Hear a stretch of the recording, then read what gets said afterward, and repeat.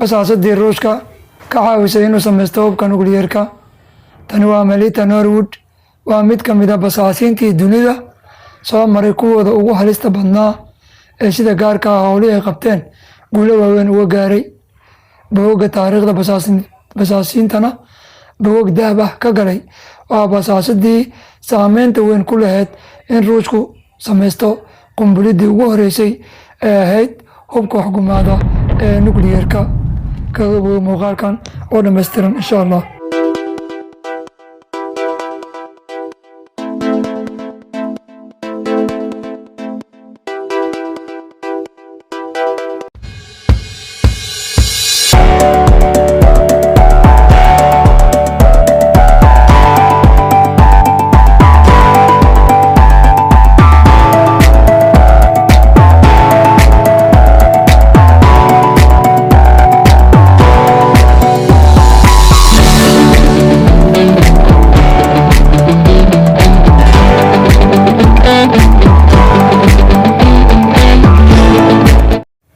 Basaasadii Ruushka ka caawisay inuu sameysto hubka nukliyeerka.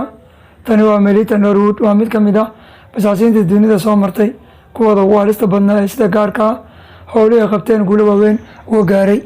Bogagga taariikhda basaasiintana bogag dahab ah ka galay.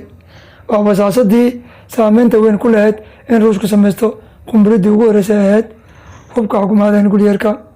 In ka badan 35 sannadood oo howlgaladeedii qaateen ka hor intii aanay howlgabka noqon.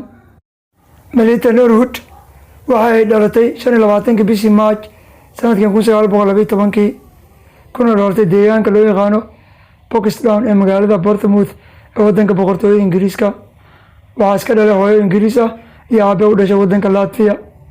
Waxay ahayd shaqagal noqotay iyadoo aan gaarin 20 sano. Waxay markii ugu horeysay shaqaale hoosaad ka noqotay shirkad ka shaqeysa macdanaha oo ku taalay duleedka magaalada London. Muddo kooban kadibna waxay xubin firfircoon ka noqotay xisbigii aaminsanaa mabaadi'da shuuciga oo waqtiyada ka dhisnaa cariga Britain oo dhalinyaro badani xubno ka ahaayeen. Waa sanadihii soddomaadkii waxaana waqtiga dalalka reer Yurub ka hana qaaday halganka horumarka dhinaca warshadaha, waxaana gaar ahaan dalka Ruushku waqtigaasi isku abaabulayay inuu tallaabo weyn u qaado dhinaca horumarka isagoo doonayay inuu ka guuro nidaamkii dhinaca dalagga beeraha iyo xoolaha ee dhaqaalihiisa ku dhisnaa. Waxaanu doonayay inuu ruqaansado dhinaca dhaqaalaha ku dhisan warshadaha iyo wax soo saarka cilmiga casriga loo adeegsado. Ruushka waxaa ka aasaasmay kacdoon warshadaha tamarta macdanta ku shaqeeya, taasi oo keentay in suuqa macdanta dalalka reer Yurub galbeed iyo bariba uu noqdo mid aad u weyn, iyadoo oo shirkado waaweyn oo dhinaca macdanta ahi meel walba ka furmeen. Arrintani waxay noqonaysaa albaabka Melita Norwood ka galayso waddanka Ruushka iyo caalamka basaasnimada, maadaama ay ahayd gabar yar oo aaminsan isla markaana la dhacsan mabda'a shuuciga. Waxay la dhacsaneed inay si walba ula shaqeyso waddanka, iyadoo aad u necbaneyd nidaamka waddankeeda Britain lagu maamulayay waqtigaasi. Sanadkii 1935 ayuu hogaamiyey xisbiga shuuciga ee waddanka Ingiriisku Christopher Andrew uu Melita Norwood oo xisbigiisa ka ahayd xubin yar oo firfircoon u magacaabay inay Ruushka ka keento siro iyo xogo la xiriira wax soo saarka iyo ganacsiga macdanta. Tani waxay keentay in Melita Norwood ay si weyn u dhex gasho xarumaha wax soo saarka macdanta Ruushka, shirkadaha ka shaqeeya iyo saraakiisha ku howlan qorshayaasha wax soo saarka ee la xiriira arrimaha macdanta. Waxay u guurtay caasimadda Ruushka ee Moscow. Sidoo kale sirdoonka waddanka Ingiriisku waxa uu noqday mid xiiseeya howsha loo diray Melita Norwood, waxaana iyaguna ka codsadeen inay la shaqeyso oo ay mar walba soo gaarsiiso xogaha ay u baahan yihiin. Melita Norwood waxay tababaro ka heshay wakaaladda sirdoonka Ingiriiska, gaar ahaan waaxda qaabilsan dalalka dibadda, balse waa ay diiday inay howl basaasnimo ah ku shaqeyso oo dalkeeda ugu adeegto. Sidaasi ayaanay kaga hareen. Muddo 2 sano ah ayaa howshii dalkeeda Ingiriiska usoo qabatay, kadibna waxay codsatay inay shaqadaasi joojiso iyadoo howleeda kale qabsatay.